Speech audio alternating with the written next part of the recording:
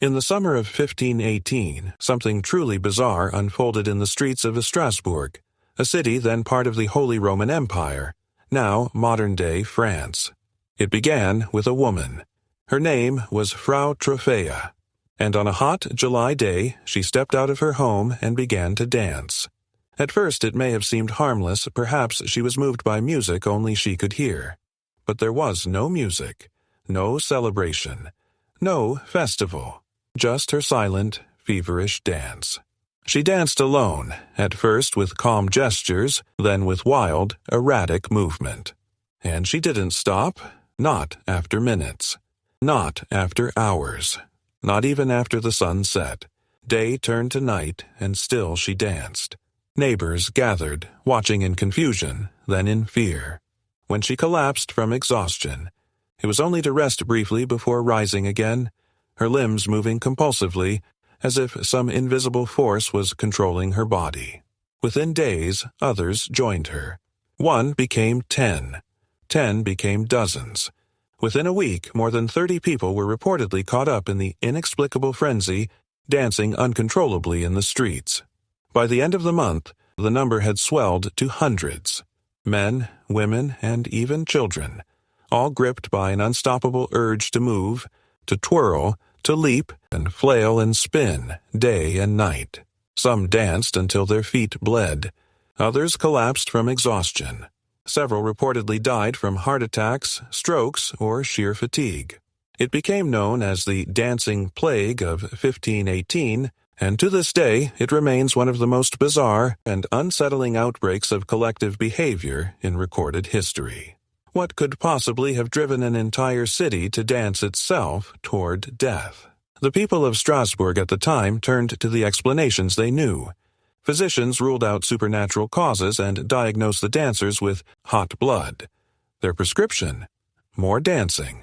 Believing that the afflicted could dance the illness out of their systems, city authorities even arranged for musicians to play in the streets and designated dance halls in hopes of speeding the recovery. They built stages and hired professional dancers to accompany the possessed. It sounds like fiction, but historical records confirm it. The solution only made things worse. The music and encouragement inflamed the mania, and more people joined the frenzied movement. What began as a single woman's strange behavior had grown into a city-wide hysteria. But what really caused the dancing plague? Historians and scientists have struggled for centuries to explain it. One of the earliest theories centers on ergot poisoning.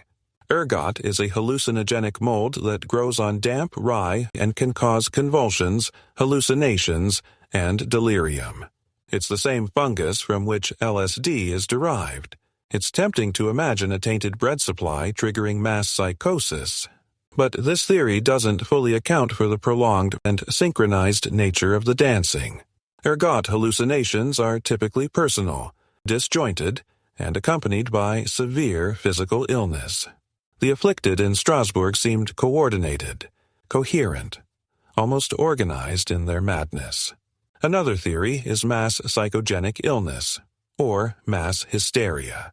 In times of extreme stress, communities can experience psychosomatic symptoms, where mental distress manifests physically. Strasbourg in 1518 was indeed under pressure. The region had suffered from famine, disease, and the harsh rule of the church. Religious fervor, combined with widespread poverty and hopelessness, may have pushed the population into a psychological state where shared delusions became possible. The dancing, in this view, was an outlet, an unconscious response to trauma. But even this explanation leaves questions. Why dancing? Why for so long? And why didn't it happen elsewhere with the same intensity? To better understand this mystery, we need to step into the mindset of a medieval citizen. Life in the early 1500s was full of uncertainty, dominated by superstition, religious fear, and constant threats, both natural and man-made. Diseases struck without warning. Crop failures led to starvation. The church warned of sin and divine punishment. People believed that saints could bless or curse, that demons could invade the body, and that madness was a punishment from God. It was a world where reality and belief were tightly intertwined. If enough people believed they were cursed, the curse became real, at least in how their bodies and minds responded. Yet, Strasbourg wasn't the only place. Similar but smaller outbreaks of dancing mania were recorded in other parts of Europe during the Middle Ages, including Germany, the Netherlands, and Switzerland. One of the earliest cases dates back to the 7th century. People gathered in frenzied movements, often near religious sites, believing they were cursed or possessed. Some danced in trances. Others claimed to see visions of saints or devils.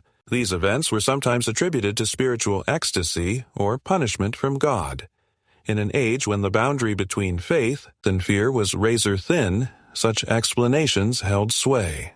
The Church occasionally viewed the dancers as heretics, while others believed they were divinely touched. The Strasbourg episode, however, stands out due to its scale and documentation. Eyewitnesses included physicians, city officials, and chroniclers, all of whom recorded the disturbing consistency of the outbreak. This wasn't isolated or sporadic. It was continuous and, for some, fatal. Records suggest that at least a dozen people died directly from the dancing, though the real number may have been higher. The city eventually responded by banning music and dancing entirely, and the afflicted were moved to a shrine dedicated to Saint Vitus, the patron saint of dancers and those suffering from neurological disorders. There, prayers and rituals were performed to exorcise the mysterious affliction. Only then, slowly, did the outbreak subside. But the questions never truly faded. Could collective belief and emotional trauma manifest so powerfully in physical form? Are we, even today, immune to such phenomena? Modern psychology suggests that under the right conditions, stress, fear, and cultural suggestion, entire groups of people can behave in ways that defy logic. We've seen echoes of this in other events, from laughing epidemics in Tanzania to fainting spells in schools, to sudden mass panics in crowds. The human mind is powerful, and when fear, faith, and environment align, reality itself can be reshaped. The dancing plague of 1518 continues to inspire curiosity among historians, psychologists, and even artists. It has been the subject of academic studies, novels, documentaries, and stage performances. There's something haunting about it, a surreal reminder that history holds moments that seem to slip through our understanding. Some speculate that the dancers were participants in a forgotten ritual, one that spiraled out of control. Others believe they were suffering a trauma so profound it broke the boundaries of normal behavior. And then there are those who wonder if we will ever truly know what happened, or if the dancing was a symptom of something we still don't understand about the human condition. Imagine, for a moment, witnessing it yourself. A cobbled street in medieval Strasbourg, lined with timber-framed houses, echoing with the desperate sound of feet slapping stone. Dozens of people twirling, spinning, eyes vacant, sweat pouring down their faces.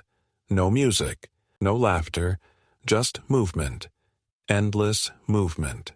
A city held hostage not by war or disease, but by rhythm. What would you think? Would you be terrified? Would you believe it was divine punishment?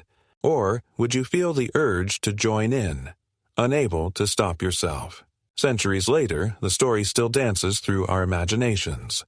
The Piri race map may suggest forgotten knowledge carved into ancient charts, but the dancing plague of 1518 reminds us that sometimes the most baffling mysteries are not written in stone or ink, but in human behavior itself. Unpredictable, uncontainable, and sometimes utterly inexplicable.